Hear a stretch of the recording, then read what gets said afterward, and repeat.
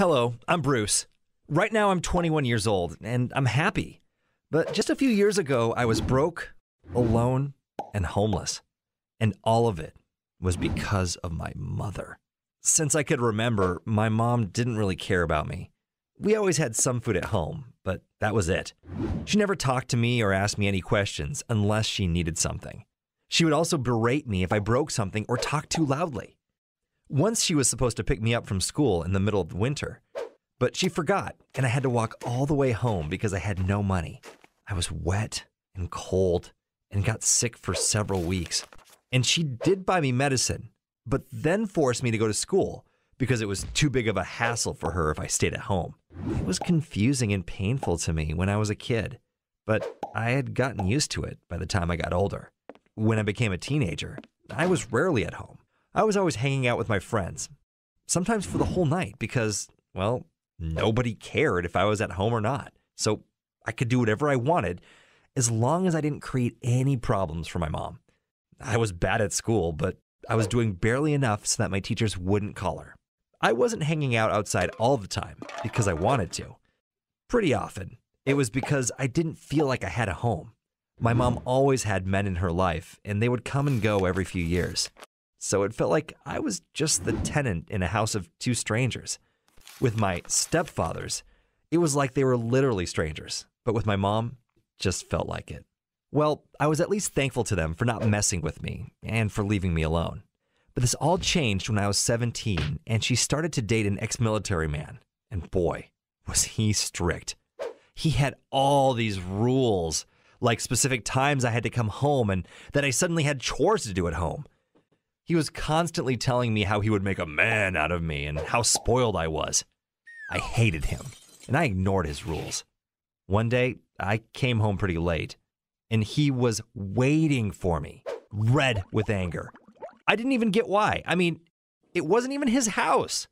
Anyway, he started to lecture me on how I should obey his rules because he was the man of the house.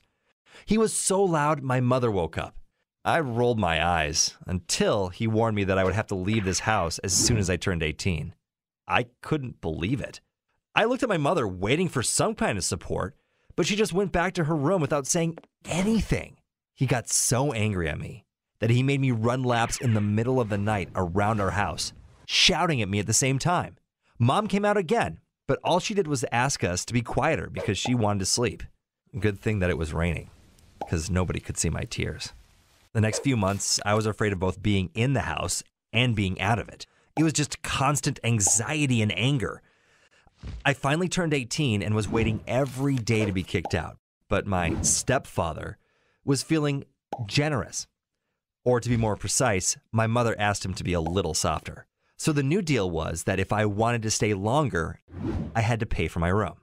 I agreed because this was the only place I could afford right now. Any other room I tried to find would cost more. It was really hard to find a job. I worked at a fast food joint for a while, but I was so miserable with my situation at home that it was hard to talk with people. So eventually I started a job at a factory. It had terrible pay and a terrible schedule, but I had no choice. So I continued to work there. It was better than being at home. Every night I returned from my work, my stepfather would continue to annoy me with his rules, and my mother would agree with him about how stupid and useless I was, only taking up space. I hated them with a passion, and would have cried myself to sleep every night, except I was too tired to feel anything. One day, I forgot my keys at home, and after I returned home from a 12-hour shift, I called my mother to open the door for me, but she said she was out and that I had to wait. I was waiting on our front porch for a few hours and eventually fell asleep, exhausted from work. I was woken up by them returning and being angry at me for sleeping on the front porch like I was homeless. They were miserable together and decided to get a dog because, yeah, they needed someone to care about. How ironic that they treated this poor small dog better than me. And by better, I mean that they screamed at it a little less often than they did at me. So anyway, one night when I was trying to fall asleep, my stepfather opened the door and was shouting at me for leaving dirty dishes in the sink. I ignored him until he left to walk with the dog. And that's when I decided that enough was enough. And I went to the kitchen and I smashed all those dirty plates that I couldn't clean because I was exhausted from work. My mom came out to see what was happening and started berating and screaming at me, but I ignored her. I packed all my stuff, took my bag, and left the house without saying goodbye. I stayed in a dirty, loud hostel for a few days, and it was even worse. I'd come from a loud factory to a loud hostel and was just constantly tired. But it was better than living with my mother and her boyfriend. After a while, I rented myself a room and immediately felt better. It was quiet and nobody would barge in the middle of the night. Work still sucked, but I didn't care. I devoted all my free time studying how to code. I knew I couldn't apply to a university in my current situation, and programming is well paid, so it was the best choice I could make. My life gradually got better. After a year of living like that, changing jobs, and spending all my free time learning to code, I finally got a better job and found a great girlfriend, Eve, who made me incredibly happy. Eventually, we rented a small apartment together. It was all great until my mother reappeared in my life. She called me one day, almost crying. Just hearing her voice made me sweat and tremble with anxiety. The army man had left her and she was all alone and lonely and had financial problems. I was hesitant about whether I wanted to be in contact with her again, but Eve thought that it might be a good idea. Maybe she had changed. So Eve and I went together to meet my mother. She looked bad, like 10 years older. It was almost uncomfortable how she was hugging me and acting like she missed me. She had never done that in my entire life. I was silently sitting the whole evening while my mother was chatting with Eve, telling her funny stories from my childhood. They weren't funny to me. I felt physically sick being in this house. I also wondered where the dog was. Did the army man take it or something worse? Anyway, I felt sorry for it. But then I thought, maybe she really did change. Maybe being completely alone showed her how wrong she was. So I decided to give her a chance.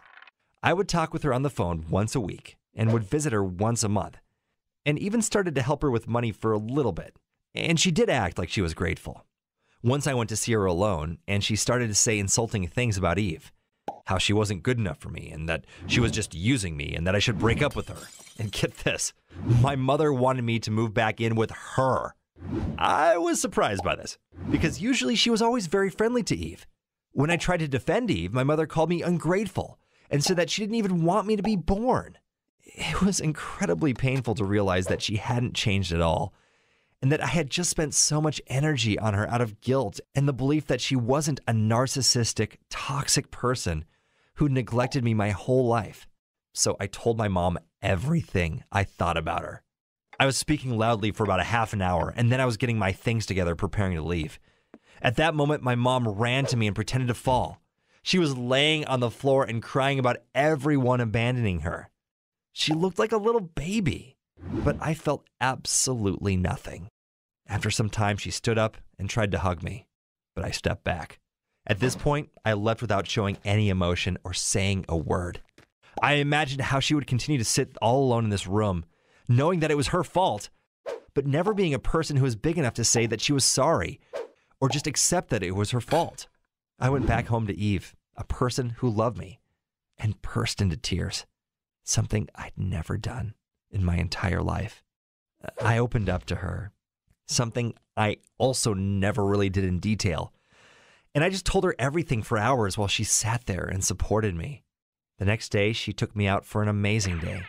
We went to the movies, looked at ducks in the park, saw our friends, and then she did something unexpected in the evening.